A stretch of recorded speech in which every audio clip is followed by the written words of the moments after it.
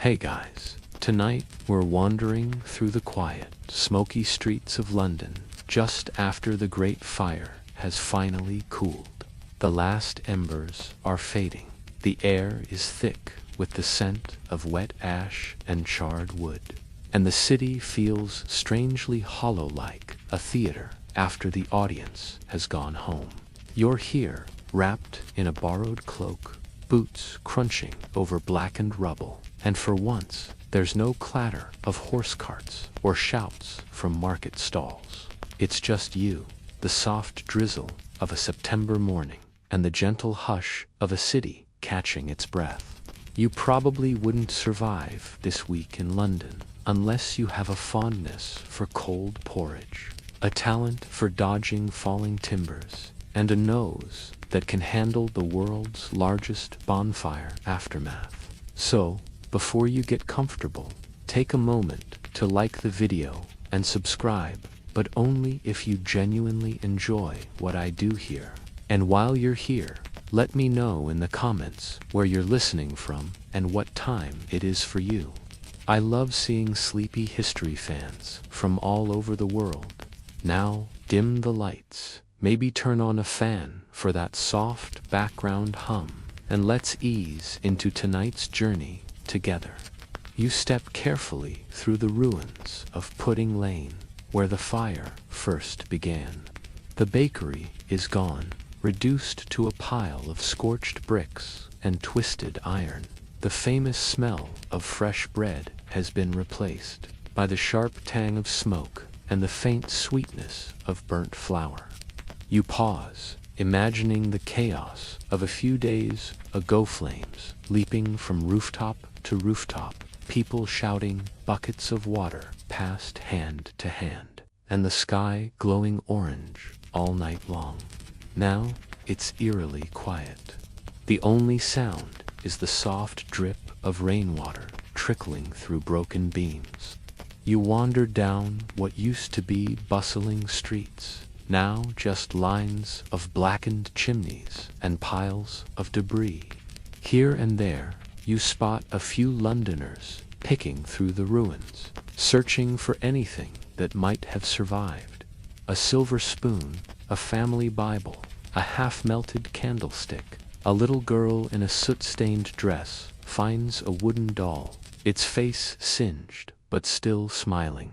She hugs it close, and for a moment, the city feels a little less empty.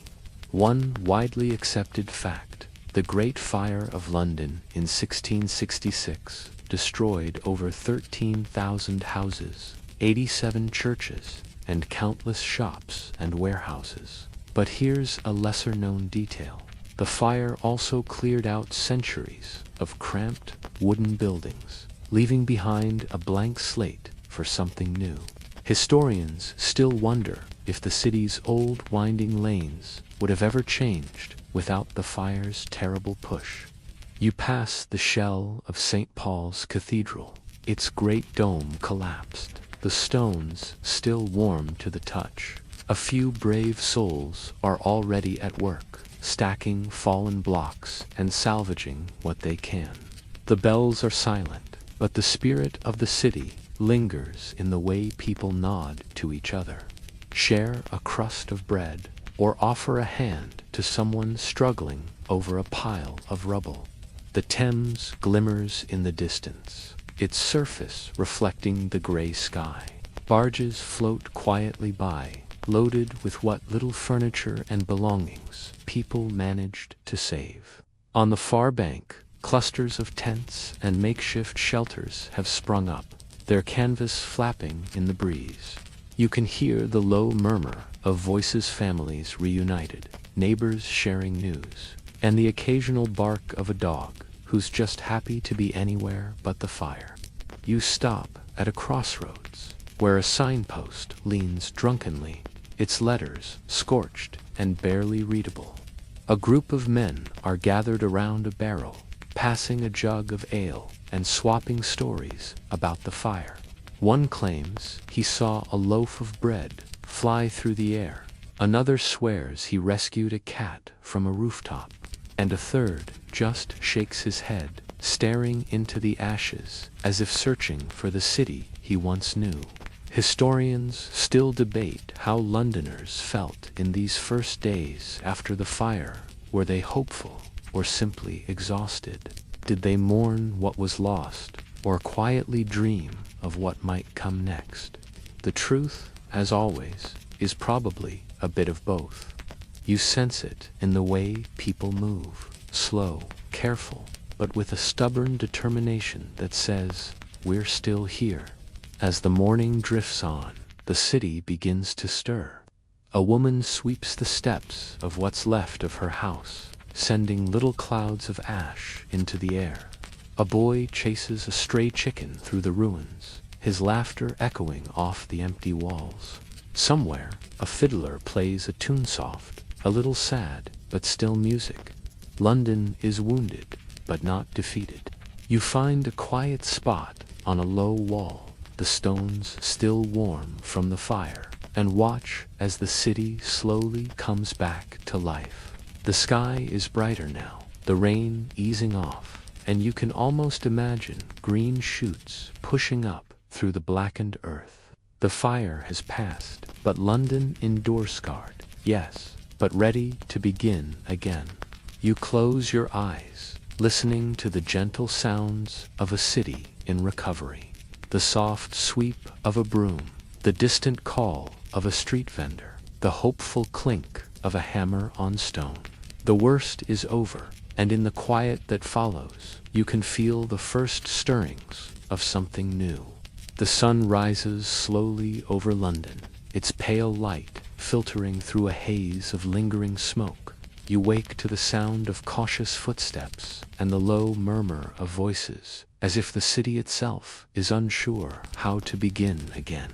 The air is cool and damp, carrying the scent of rain-soaked ash and the faintest hint of something sweet, maybe apples from a toppled cart, or the memory of a bakery that once stood nearby. You step out from your makeshift shelter, brushing soot from your sleeves, and join the slow procession of Londoners emerging into the ruins. Some are wrapped in blankets, others in whatever clothes they managed to save. There's a sense of disbelief in the air, as if everyone is waiting for someone to declare that it was all just a bad dream. But the blackened timbers and empty doorways are all too real. You walk down a familiar lane, or what's left of it, and see neighbors you've known for years picking through the rubble.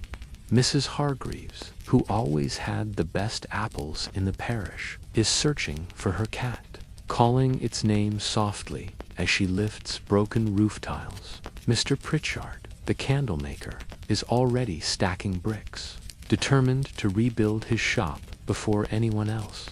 Children wander in small groups, their faces smudged, but their eyes bright with curiosity, as if the city has become one giant playground, be it a dangerous one. One widely accepted fact: the fire left nearly 100,000 people homeless, forcing them to sleep in fields, boats, or hastily built tents along the Thames. But here's a lesser-known detail.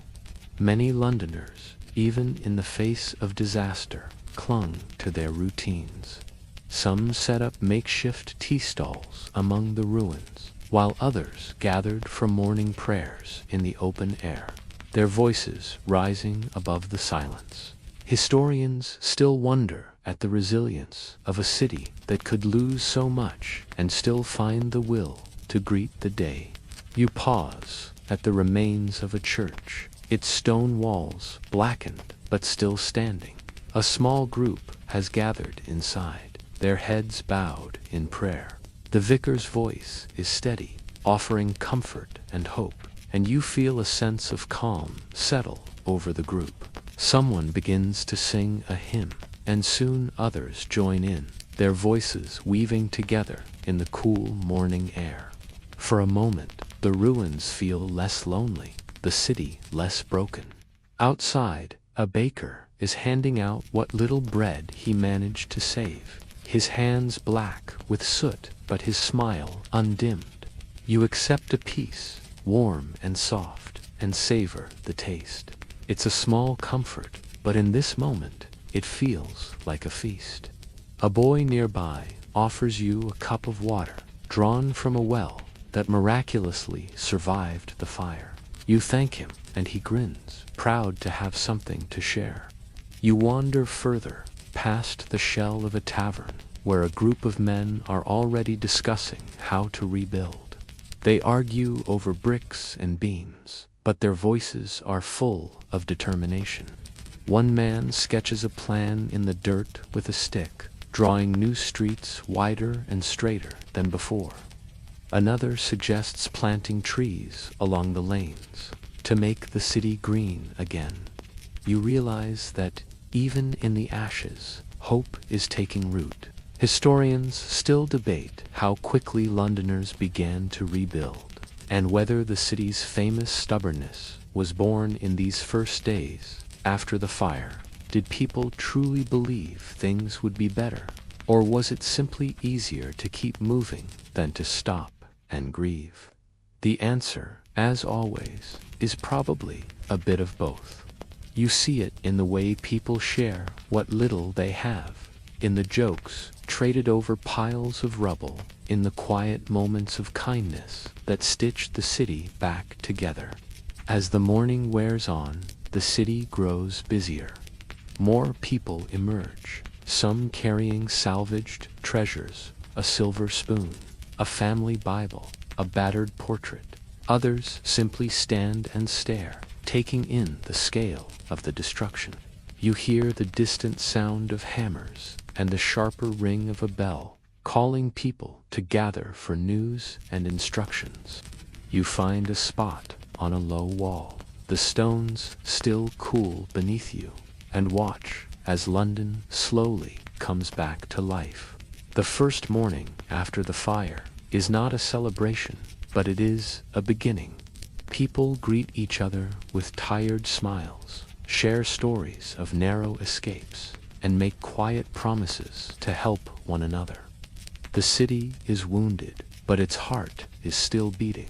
You close your eyes for a moment, letting the sounds of London's recovery wash over you, the soft shuffle of feet, the gentle clink of teacups, the hopeful laughter of children. The fire has passed, but the spirit of the city endures, ready to face whatever comes next. As the day unfolds, you wander through a London that is both familiar and utterly transformed. The old city, with its crowded lanes and timbered houses, has given way to a patchwork of tents, lean-tos, and hastily built shacks. The fields beyond the city walls are dotted with canvas shelters, their sides flapping in the breeze, while the banks of the Thames have become a new kind of neighborhood, one where everyone is a refugee and every patch of dry ground is precious. You pass a family huddled around a small fire, their faces smudged with soot, but their spirits surprisingly bright. The mother is boiling water for tea in a battered kettle, while her children chase each other through the grass, their laughter rising above the low hum of conversation. A neighbor stops by with a loaf of bread, and soon a small group has gathered, sharing what little they have. Someone produces a fiddle, and for a moment the air is filled with music, soft and hopeful. One widely accepted fact: after the fire, thousands of Londoners were forced to live in temporary shelters for weeks, even months, as the city slowly rebuilt. But here's a lesser-known detail. These makeshift communities quickly developed their own routines and rhythms. Enterprising souls set up food stalls, selling pies, apples, and mugs of ale to hungry crowds. Barbers offered haircuts in the open air, and tailors mended clothes by lantern light. Historians still wonder at the speed with which Londoners turned disaster into opportunity, creating new markets and new ways of living almost overnight. You stroll through one of these impromptu markets, the ground muddy beneath your feet. The stalls are simple just boards, balanced on barrels or crates, but the vendors are as lively as ever. A woman calls out, offering hot chestnuts and a smile. A boy waves a bundle of kindling, promising it will burn twice as long as the rest. You buy a small pie, its crust golden and flaky, and savor the taste. It's not much, but it's warm, and in this moment, that's enough. Nearby, a group of bakers has set up a communal oven, its bricks salvaged from the ruins. They work together, kneading dough and sharing stories as the bread rises in the heat. You watch as neighbors line up, each one leaving with a loaf and a word of thanks. The smell of fresh bread drifts through the air, mingling with the scent of wood smoke and rain-damp earth. You pause at a tent where a barber is giving haircuts, his scissors flashing in the sunlight. He jokes with his customers, snipping away the worst of the singed hair and offering a bit of gossip with every trim. A tailor sits nearby, patching holes in coats and sewing on new buttons with quick, nimble fingers.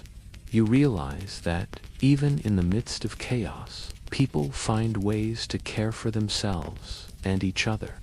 Historians still debate how these temporary communities shaped the city's recovery. Did they foster a new sense of unity, or simply provide a stopgap until the old order could be restored? The answer, as always, is a little of both.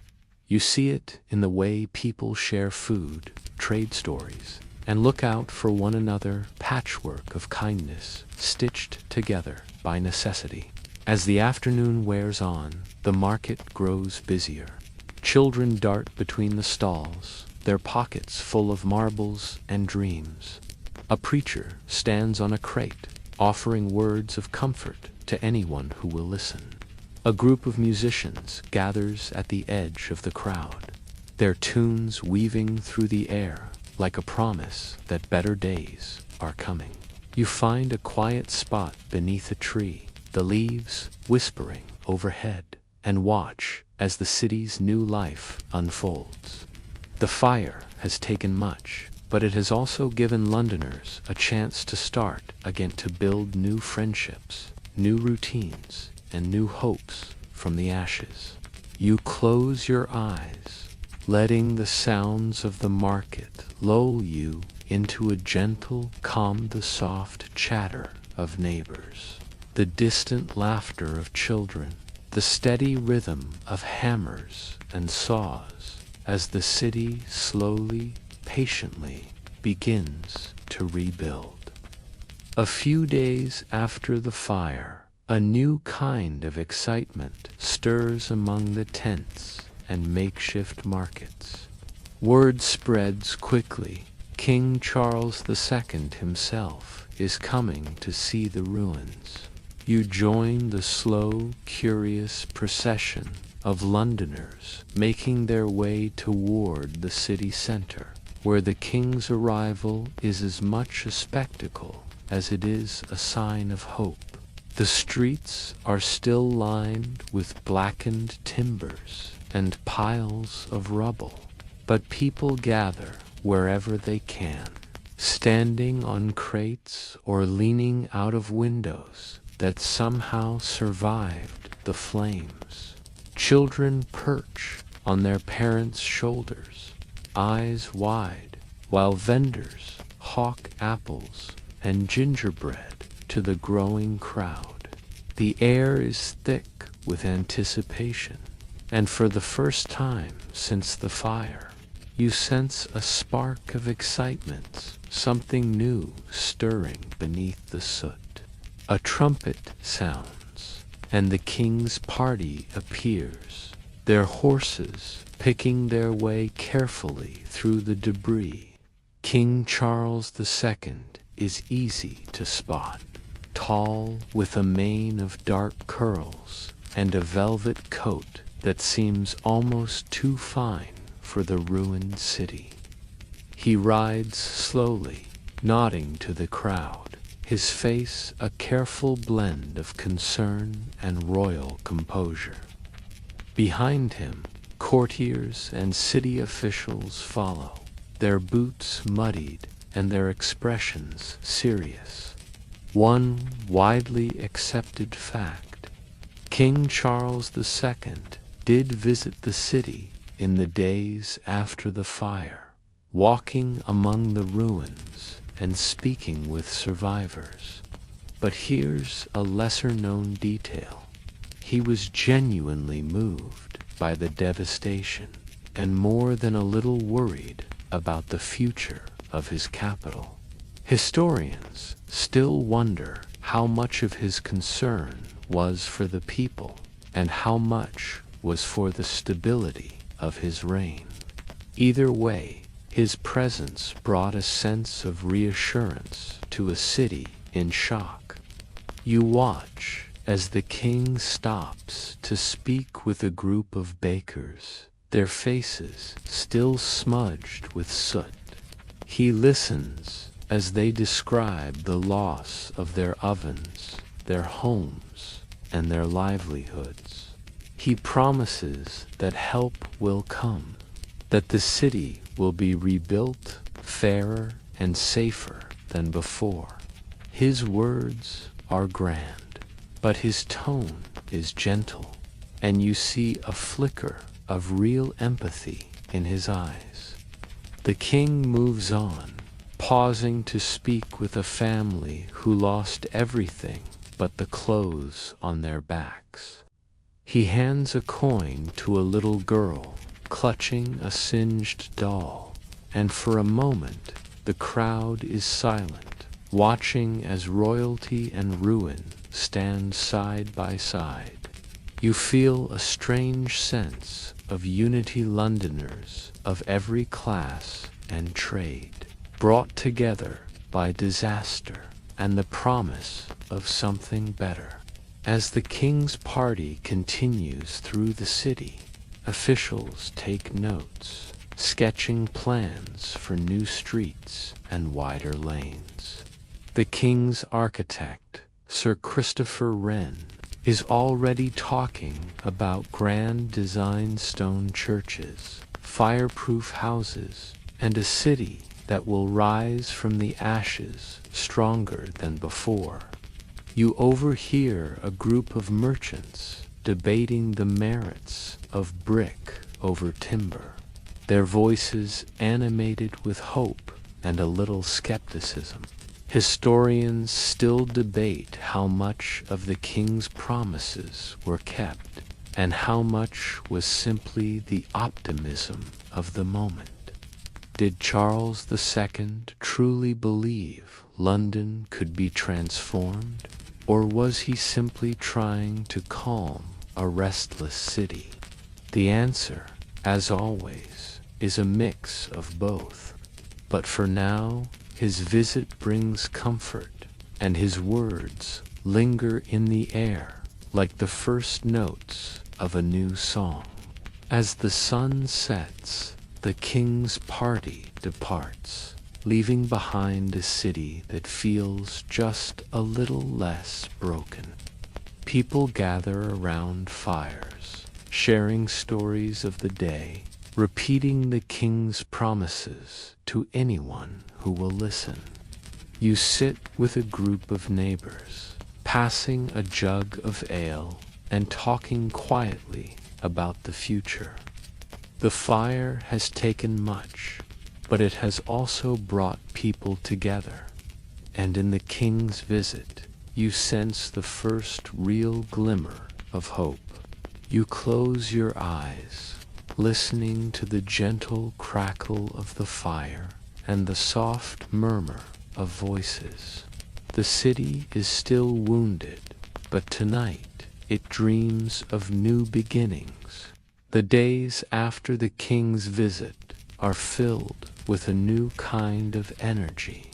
The city, once frozen in shock, now hums with the sounds of hammers, saws, and voices calling out over piles of rubble.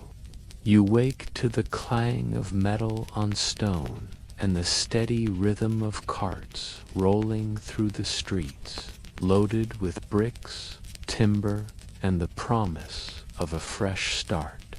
You wander through the ruins, watching as teams of workers clear away the last of the charred beams and broken tiles. The air is thick with dust, but also with determination. Men and women, young and old, work side by side, their faces streaked with sweat and soot. Some are rebuilding their own homes, while others lend a hand to neighbors or strangers. The lines between rich and poor, blurred by shared loss and shared hope. One widely accepted fact: the Great Fire of London led to a massive rebuilding effort, with new houses, churches, and public buildings rising from the ashes. But here's a lesser-known detail. The first days of reconstruction were often chaotic, with arguments over property lines, shortages of materials, and the ever-present threat of rain turning the streets to mud. Historians still wonder how so many people managed to organize themselves without the help of modern technology or city planners. The answer, it seems, is a mix of stubbornness, ingenuity, and a dash of British humor. You pause to watch a group of masons at work, their hands moving with practiced skill as they lay row after row of bricks. The new houses are sturdier, built of stone and brick instead of wood, their walls rising straight and true. A carpenter nearby whistles as he fits a new door to its frame, pausing now and then to share a joke with his apprentice. You catch a few words, something about fireproofing, with extra tea-and smile, at the way laughter finds its way into even the hardest days. In the heart of the city, you see the beginnings of new churches, their foundations marked out with chalk and string. Sir Christopher Wren himself is rumored to be nearby, sketching plans for a new St. Paul's Cathedral that will one day tower over the city. You imagine the grand dome rising above the rooftops, a symbol of resilience and renewal. You pass a group of children playing among the piles of bricks, their games a mix of old and new. They build tiny houses, knock them down, and start again, their laughter echoing through the empty streets. A baker sets up a small oven on the corner, the smell of fresh bread drifting through the air. People gather, sharing news and stories as they wait for a loaf, their voices full of cautious optimism. Historians still debate how quickly the city was rebuilt, and whether the new London was truly safer or simply different. Did the fire change the way people lived, or did they slip back into old habits as soon as the walls were up? The evidence is mixed. Some embraced the new order, while others longed for the winding lanes and cozy corners of the old city. As the sun sets, you find yourself on a newly cleared street, the stones still warm from the day's work. The city is quieter now, the workers heading home to their tents and shelters, but the sense of progress lingers in the air. You sit on a low wall, watching as the first lamps are lit, their glow soft and steady against the darkening sky. You close your eyes, listening to the gentle sounds of rebuilding, the distant ring of a hammer, the soft murmur of voices, the hopeful crackle of a fire.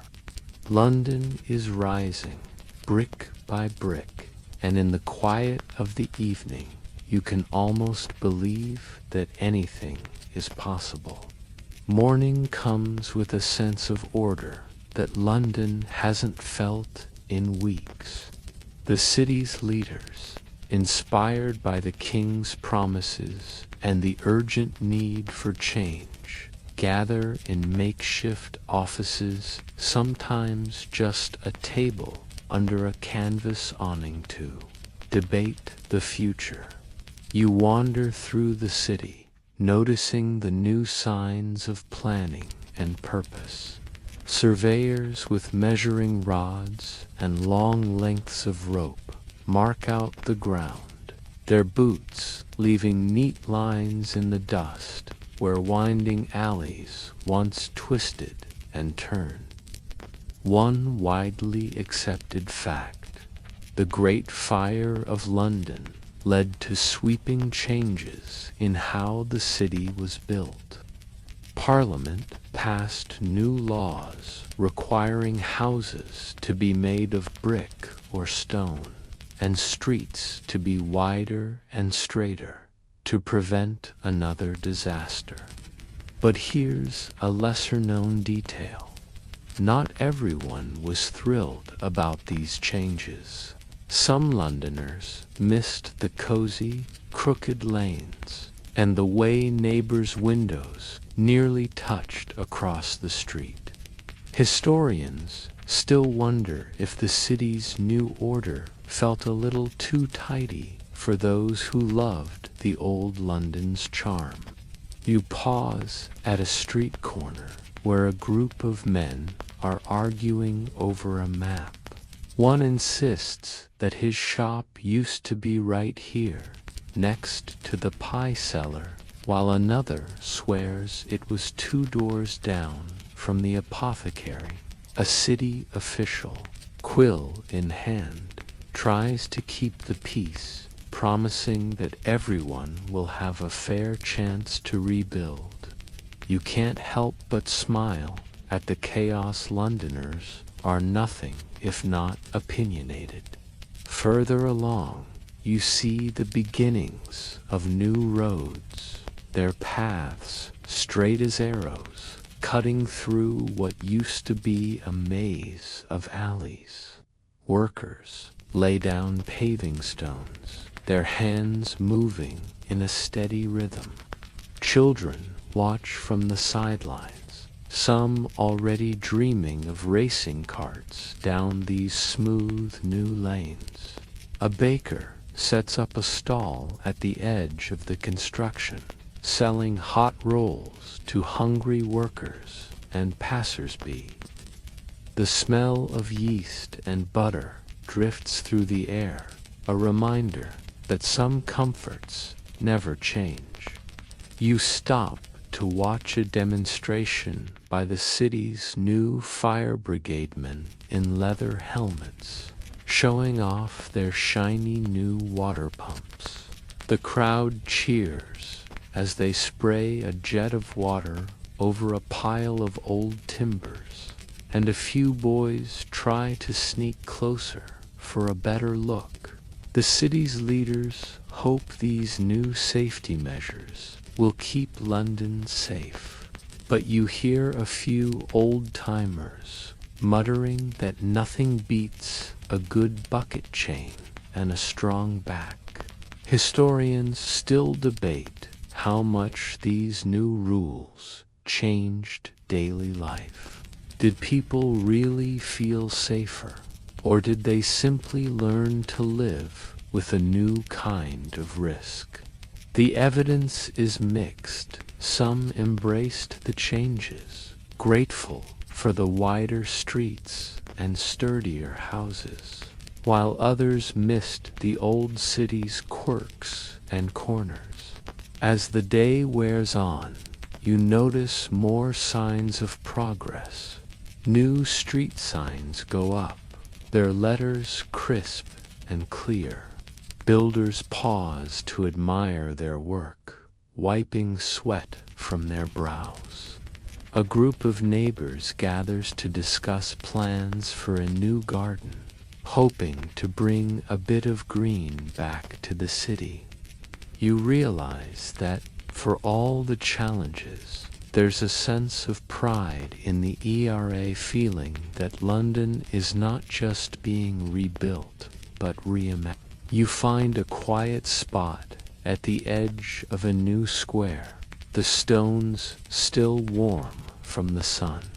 The city feels different, now more open, more hopeful, but still unmistakably London. You close your eyes, listening to the sounds of progress, the tap of hammers, the laughter of children, the low hum of voices planning for tomorrow. London is changing, and as the sun sets over the new streets, you sense that the city's best days may still be ahead. The city's new streets are still rough around the edges, but each day brings a little more normalcy. You wake to the sound of church bells ringing from a temporary steeple, their notes clear and hopeful, echoing over the rooftops. The air is fresher now, the scent of smoke replaced by the smell of baking bread, roasting chestnuts, and the faint perfume of flowers from a market stall. London is learning to be itself again, one small step at a time. You wander through the bustling markets, where bakers have set up shop in the shadow of half-built houses. The loaves are smaller than before, but the lines are long, and the chatter is lively. A merchant calls out, offering apples and pears from a borrowed cart. Children dart between the stalls, their pockets full of marbles and dreams, their laughter rising above the clatter of hammers and saws. You pause to buy a hot pie, its crust golden and flaky, and savor the taste simple but comforting. One widely accepted fact: within months of the fire, London's markets, shops, and taverns were open for business, even if they were just tents or wooden shacks. But here's a lesser-known detail. Many Londoners found creative ways to make do, sharing ovens, tools, and even living space with neighbors. Historians still wonder if this spirit of cooperation lingered long after the city was rebuilt, or if it faded as soon as the walls went up and the old rivalries returned. You pass a group of tailors working in the open air, their needles flashing in the sunlight as they mend coats and sew new buttons. A barber sets up his chair on a street corner, offering haircuts and gossip in equal measure.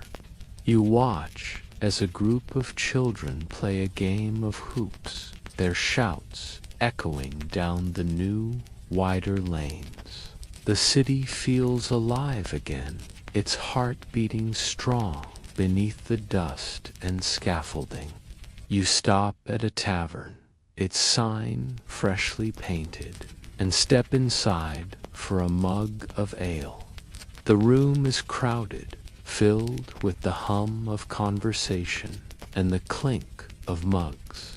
Old friends greet each other with laughter and stories, sharing news of lost pets found, new babies born, and plans for the future. The fire is a frequent topic, but so is the hope that London will be better, safer, and maybe even a little kinder. Historians still debate how much the fire changed the city's spirit. Did it make Londoners more resilient, or simply more cautious? Did it bring people together, or did the old divisions return as soon as the dust settled?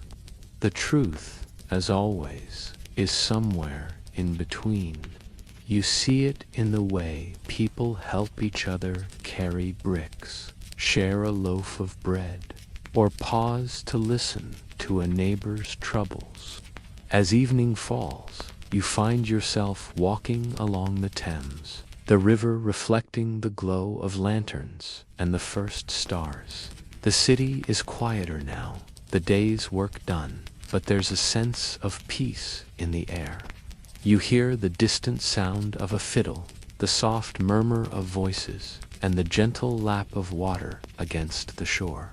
The river, which once carried frantic boats loaded with rescued belongings and frightened families, now moves at its own unhurried pace, as if it too is ready to rest. You pause on a bridge, looking out over the city. The scars of the fire are still visible, but so are the signs of renewal: new houses, new streets, and new dreams. London is not the same as it was, but it is still London, stubborn and hopeful, always finding a way forward. The city's skyline is a patchwork of old and new, with the silhouettes of half-built roofs and the proud, familiar towers that survived the flames. The air is cool, tinged with the scent of damp earth and distant wood smoke, and you draw your cloak a little tighter around your shoulders. You close your eyes, letting the sounds of the city lull you into a gentle calm. The fire is over, the worst has passed, and in the quiet of the evening, you can almost believe that tomorrow will be brighter. The wind carries the faintest hint of musica lullaby, played on a violin, drifting from an open window somewhere behind you. It mingles with the soft splash of oars as a boatman rows his skiff home, the lantern at his bow bobbing like a firefly on the water. Night settles gently over the city, and for the first time in weeks, London feels almost peaceful.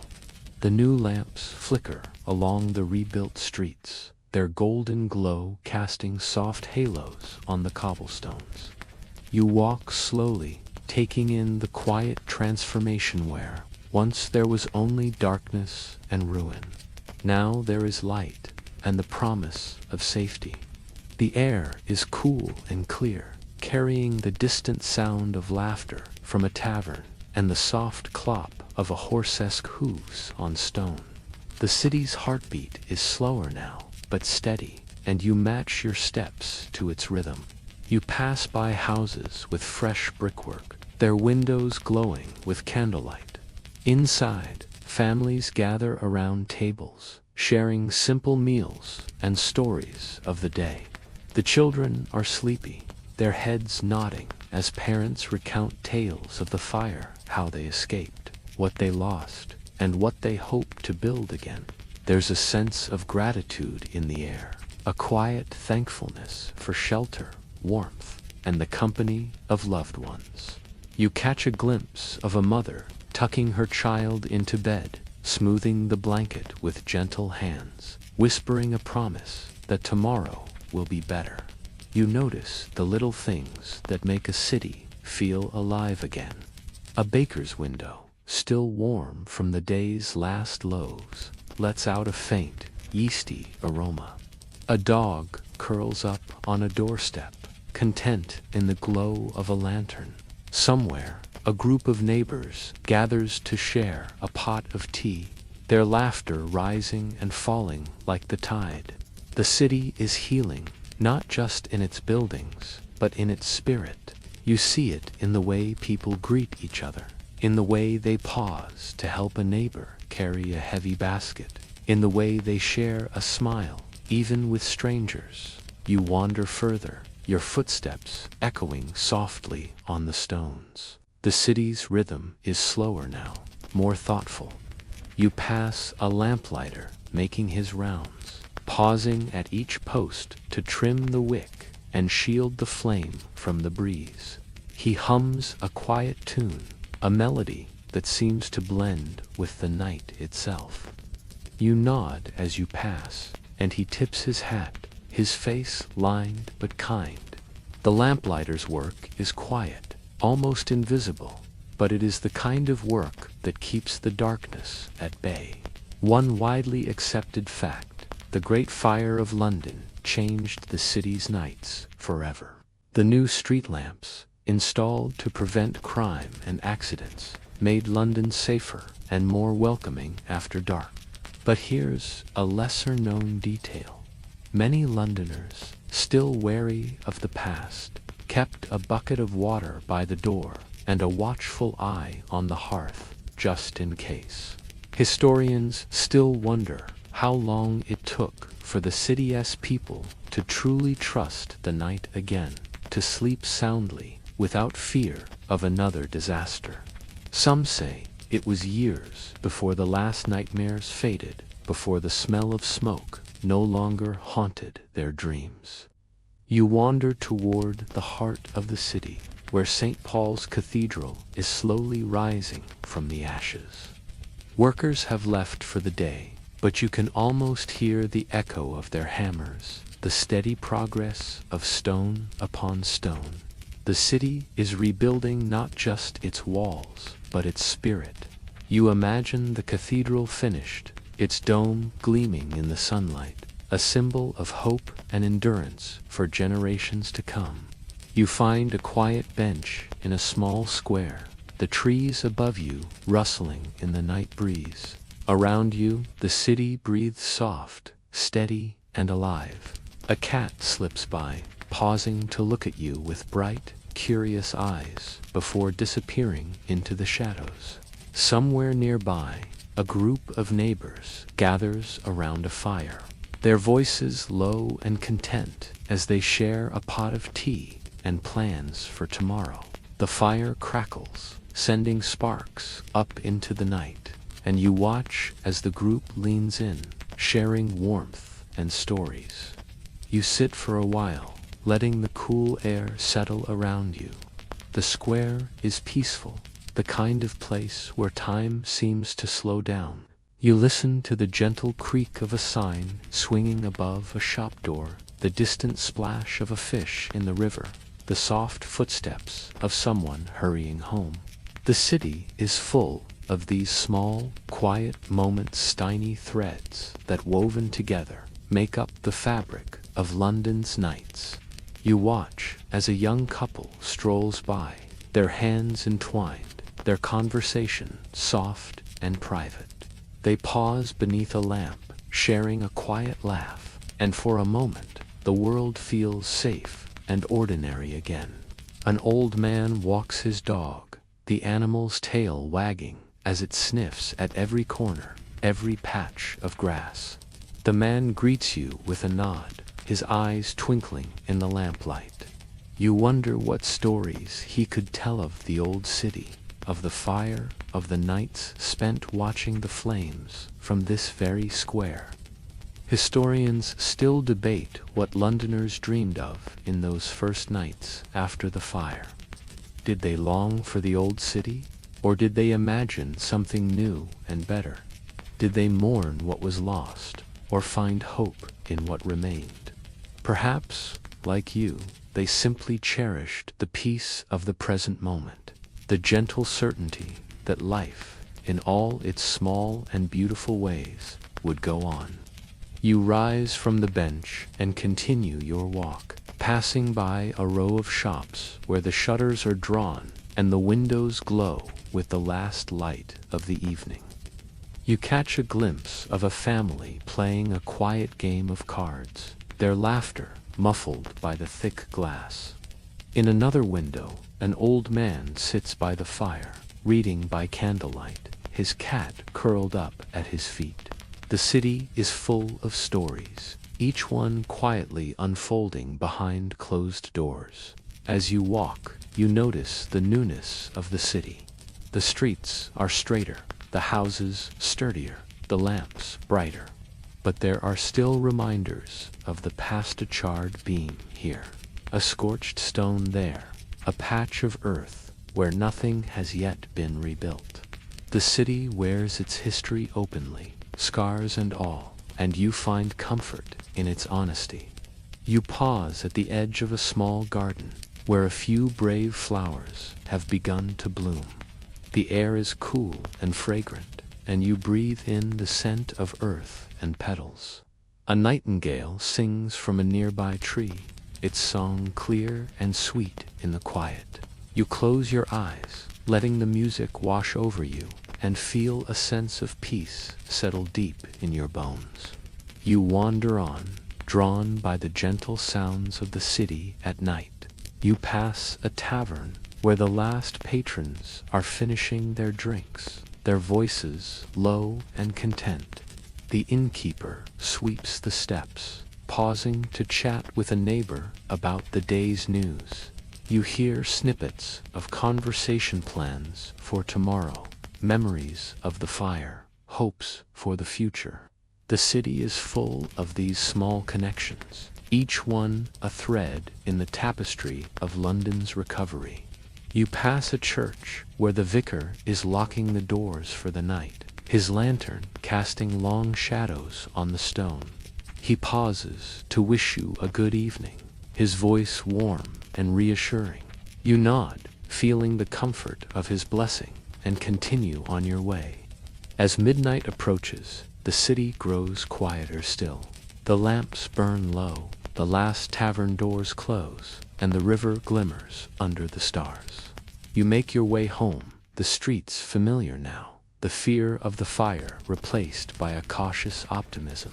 You slip inside, close the door, and settle beneath a warm blanket, the sounds of the city fading into a gentle hush. You lie in bed, listening to the soft lullaby of London at night, the distant bells, the whisper of wind through the eaves, the steady heartbeat of a city that has survived and begun again. The world outside your window is changed, but here in the quiet of night, you are safe, you are home, and you are part of the long, slow story of London. One that will continue softly and steadily long after you drift into dreams. You think of the people you saw today, the baker, the tailor, the children playing in the street. You remember the king's promises, the laughter around the fire, the hopeful plans for tomorrow. You realize that for all its scars, the city is alive with possibility. Each day brings new challenges, but also new joys. Each night brings rest and the promise of another dawn. You let your thoughts drift, carried by the gentle rhythm of your breath. The city outside is quiet, but you know that beneath the surface, life is stirring. Seeds are sprouting in the gardens. Bread is rising in the ovens. Dreams are taking shape in the hearts of those who call London home. You imagine the city a year from now, 2 years, 10. The streets will be busier, the houses brighter, the scars of the fire softened by time and memory. Children will grow up hearing stories of the Great Fire, but for them, it will be just that, a story, a lesson, a reminder of how strong their city can be. You feel yourself growing drowsy, your body sinking deeper into the mattress. The sounds of the city fade, replaced by the soft hum of your own heartbeat. You are safe, you are warm, and you are part of something bigger, a city that endures, a story that never truly ends. As you drift toward sleep, you hold on to the gentle certainty that tomorrow will come, and with it, new hope, new laughter, and new dreams. London will wake again, the lamps will be lit, and the city will carry on quietly, steadily, beautifully, just as it always has. You dream of walking those streets again, the city alive with the gentle bustle of morning. You see the bakers opening their shops, the market stalls filling with fresh fruit and flowers, the children running to school, their laughter echoing down the lanes. You see the river sparkling in the sunlight, boats gliding past, their sails full and bright. The city is alive, and you are part of it, woven into its story like a single thread in a vast, colorful tapestry. You dream of the city's future, of new buildings rising where old ones once stood, of gardens blooming in every square, of music drifting from open windows on warm summer nights. You dream of peace, of safety, of a city that has learned from its past and looks to the future with hope. And as you sleep, the city sleeps with you. The lamps burn low, the river flows on, and the stars wheel overhead. The world is quiet, and you are at rest, wrapped in the gentle embrace of a city that endures. Good night and sweet dreams.